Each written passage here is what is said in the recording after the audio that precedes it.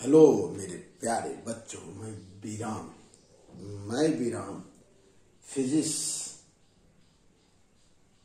की class 10th में कक्षा 10 वाले बच्चों का मैं स्वागत करता हूं तथा आपके लिए हम बोर्ड का यूपी बोर्ड हो चाहे कोई बोर्ड हो, सभी बोर्डों के लिए सीबीएसई हो ऐसे सभी बोर्डों के लिए बहुत ही इम्पोर्टेंट बहुत ही महत्वपूर्ण टॉपिक आपके लिए लाया हूं। बेटा, इस टॉपिक के कम से कम हम 3 लेक्चर देंगे, लेक्चर नंबर 14, 15 और 16। यह तीनों लेक्चर आप भली बात सुन लीजिएगा, सुनिएगा ही नहीं प्यारे बच्चों, साथ ही नोट्स बना लीजिएगा, क्योंकि इस पर न्यूमेरिकल प्रॉब्लम निश्चित रूप से 100% पूछा जाता बेटा। ये मेरा चैलेंज है।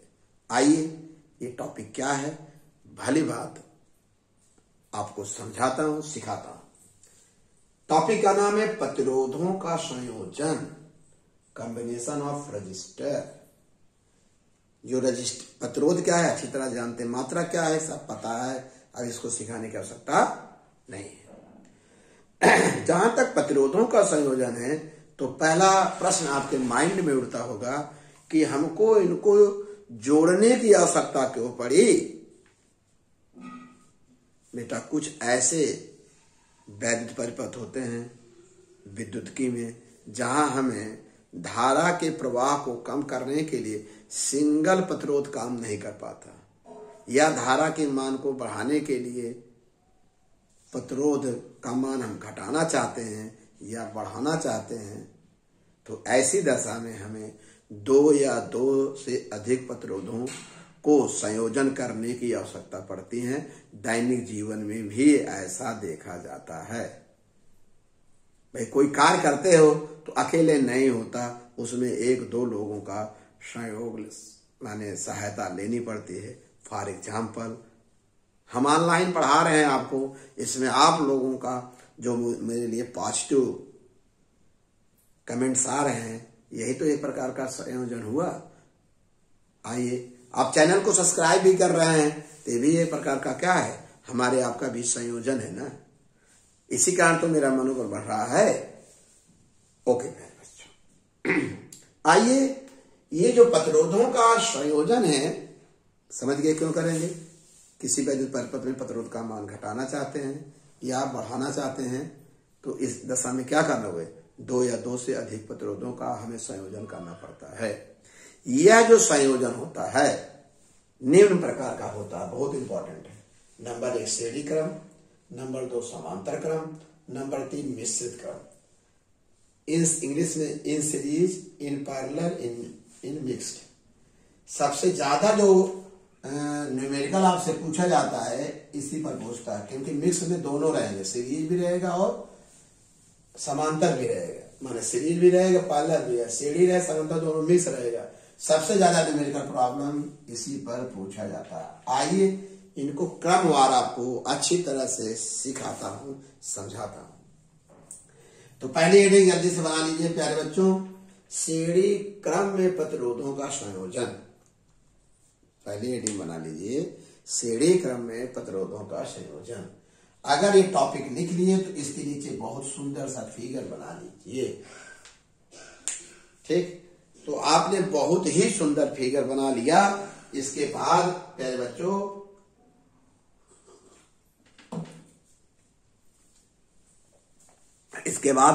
क्या करना है आपको, फिगर बन गया तो हम समझाते हैं जरा कि एनसीईआरटी बुक में क्या लिखा है, आपके जो हेल्प बुक क्या लिखा है, उससे नहीं हमसे मतलब है, आपको हम सिखाते हैं अपनी भाषा में। इस फिगर को देखने से हम लोगों को समझ में आ रहा है, यह जो सिंबल है ये प्रतिरोध का सिंबल है। पता है कि यहाँ 3 प्रतिरोध हैं, 1, 2 और 3। इनका संबंध किसी वाह स्रोत बैटरी से किया गया है। बैटरी का धन क्या है, ये ऋण ध्रुव है। तो यहां से समझ में आ रहा है पहले प्रतिरोध का जो ये पहला सिरा है, दूसरा सिरा, ये पहला सिरा है, यह इस प्रतिरोध का ये पहला सिरा होगा या दूसरा सिरा होगा, ये पहला होगा या दूसरा होगा। फिर आपके दिमाग में प्रश्न उठता है, सर आप गजब बता रहे हैं, हम इधर से पहला, ये दूसरा, पहला दूसरा। लेकिन बेटा धारा ऐसे प्रवाहित हो रही है, धारा के सापेक्ष मान लिया करो। किसके सापेक्ष मानो? धारा के सापेक्ष। चलिए कोई बात नहीं, एक क्रम में चलिए। तो श्रेणी माने यदि पहले प्रतिरोध को श्रेणी क्रम में पहले प्रतिरोध के दूसरे सिरे को, श्रेणी क्रम में पहले प्रतिरोध के दूसरे सिरे को दूसरे के पहले से, दूसरे का दूसरा सिरा तीसरे के पहले से ना, अंतिम प्रतिरोध का दूसरा सिरा तथा पहले प्रतिरोध का पहला सिरा विद्युत स्रोत से कर देते हैं, बैटरी से कर देते हैं। यही क्रम क्या है? कौन क्रम है? श्रेणी क्रम। नहीं समझ पाए? इस क्रम में पहले प्रतिरोध का कौन दूसरा सिरा, दूसरे के पहले से, दूसरे का दूसरा, तीसरे से पहले का डाट डाट डाट डाट रहेगा। बहुत प्रतिरोध हो सकते हैं प्यारे बच्चों। अंतिम प्रतिरोध का अंतिम सिरा माने दूसरा सिरा तथा पहले प्रतिरोध का पहला सिरा किसी विद्युत स्रोत या बैटरी से कर देते हैं। क्लियर? इस तरह के क्रम आप कहीं देखें, आज के बाद पूरे प्यार से, दिमाग से, मन से बोलिएगा कि हाँ सर ये तो क्रम श्रेणी क्रम दिख रहा है। जब हम एक दूसरे से हाथ मिलाते हैं, अब तो कोरोना काल चल रहा है, हाथ नहीं मिलाना है, जब हाथ मिलाते हैं श्रेणी क्रम, ऐसे सेकंड क्या कौन क्रम है? आइए बेटा आगे और समझाते हैं। जैसे साहब इसमें धारा प्रवाहित होगी तो पहले प्रतिरोध, इन प्रतिरोधों का जो मान है R1, R2, R3 है, क्रमशः ले लिए। और पहले प्रतिरोध के सिरों के बीच जो विभवांतर V1, दूसरे के सिरों के बीच विभवांतर V2, तीसरे का V3, और प्रत्येक हर एक प्रतिरोध में धारा का मान समान होगा। याद कर लीजिए, पहचान लीजिए, जान लीजिए, पूरे लाइफ में जानकारी कर लीजिए। श्रेणी क्रम में जुड़े जितने भी प्रतिरोध होंगे सबके सिरों के बीच विभवांतर अलग अलग होता है और सब में धारा का मान समान होती है। इस बात को हमेशा हमेशा के लिए याद कर लीजिए, बैठा लीजिए। श्रेणी क्रम में जितने प्रतिरोध जुड़ते हैं उन प्रतिरोधों के सिरों के बीच विभवांतर अलग अलग होगा परंतु धारा का मान समान होगा। आइए, जो ये विभवांतर बेटा अलग अलग हुए सबको कौन दे रही है? बैटरी दे रही है बेटा। ये जो विभवांतर उत्पन्न हुआ किसके कारण उत्पन्न? इस बैटरी के विद्युत वाहक बल के कारण। तो अर्थात कुल विभवांतर क्या होगा? V1 plus V2 plus V3। क्या V3 लिए? बत्ती नहीं है, नहीं पता लगा, क्योंकि विद्युत का स्रोत बैटरी है तो इसी के कारण बैटरी के टोटल विभवांतर के कारण तो ये अलग अलग प्रतिरोध अलग अलग विभवांतर है। इसलिए जो बैटरी का जो टर्मिनल विभवांतर होगा, कुल विभवांतर या कुल विद्युत वाहक बल जो भी करेंगे, टोटल विभवांतर जो होगा अलग अलग विभवांतरों के योग के क्या होगा? बराबर होगा। तो यही कर दिए। अब बेटा ओम का नियम लगा दीजिए। V इक्वल टू आई, तो यहाँ होगा I R1 होगा, यहाँ क्या होगा? I R2 होगा, यहाँ क्या होगा? I R3 होगा। तो फिर आप प्रश्न करोगे, क्योंकि कक्षा 10 के बच्चे हो, पूछना भी जरूरी है। कहेंगे सब में आप सब धारा समान हुए, तब तो पहले भी सिखा चुके हैं ना। श्रेणी क्रम में धारा का मान क्या होता है? समान होता है। इस बात को तो हम पहले सिखा चुके हैं, तो जल्दी से जल्दी सीख लो। अब इसमें से साहब I कॉमन कर दीजिए, I1 plus I2 plus I3, तो V अपन I कर दीजिए, तो R1 plus R2 plus R3, और रहते चलो ये हो जाएगा कुल। देखिए ये क्या हुआ? कुल धारा बटे कुल, इसे बोलते हैं तुल्य प्रतिरोध। क्या बोलते हैं बेटा? तुल्य प्रतिरोध। इक्विवेलेंस किसके? माने इन प्रतिरोधों का तुल्य प्रतिरोध क्या हुआ? R1 plus R2 plus R3।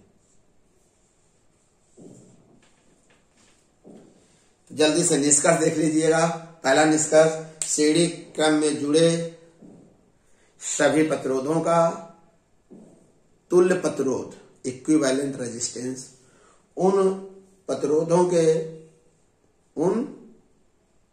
के योग के बराबर होता है। उन प्रतिरोधों के मान के योग के क्या होता है? बराबर होता है। देखें, और श्रेणी क्रम, भाई श्रेणी क्रम का प्रयोग तब करेंगे जब हमें अधिक मान का प्रतिरोध प्राप्त करना हो, अर्थात श्रेणी क्रम का प्रयोग तब करेंगे जब वैद्युत परिपथ में धारा का मान घटाना, क्योंकि प्रतिरोध बढ़ जाएगा, धारा का मान क्या होगा? अगला, श्रेणी क्रम में जुड़े सभी प्रतिरोधों में धारा का मान समान होता है और विभवांतर अलग अलग। मेन चीज परीक्षा पूछा जाता है, किसी वैद्युत परिपथ में अगर हमें धारा का मान घटाना हो, हमारे क्या करना चाहिए? तो आप कहेंगे कि अगर मान लीजिए आपका प्रतिरोध नहीं है, वो आपका काम नहीं कर रहा, तो उसके श्रेणी क्रम में कोई अन्य प्रतिरोध जोड़ दीजिए, प्रतिरोध का मान बढ़ जाएगा, धारा का मान क्या हो जाएगा? घट जाएगा। मुझे विश्वास है आपको ये अच्छी तरह से समझ में आ गया, परीक्षा में भी आ गया, परीक्षा में भी आता है, समझ में आ गया। तो आप बहुत सरल भाषा में इसका डेरिवेशन भी बता दिए, सीधा यही है। देख रहे हैं, उनका नियम V=IR से करके एक सुंदर डेरिवेशन बता दिए, आपको समझ में आ गया। बढ़िया से नोट जरूर बना लीजिएगा, और साथ ही साथ कोई प्रॉब्लम हो तो हमसे आप कमेंट्स करिए, लाइक करिए, सब्सक्राइब करिए। ओके बेटा, धन्यवाद।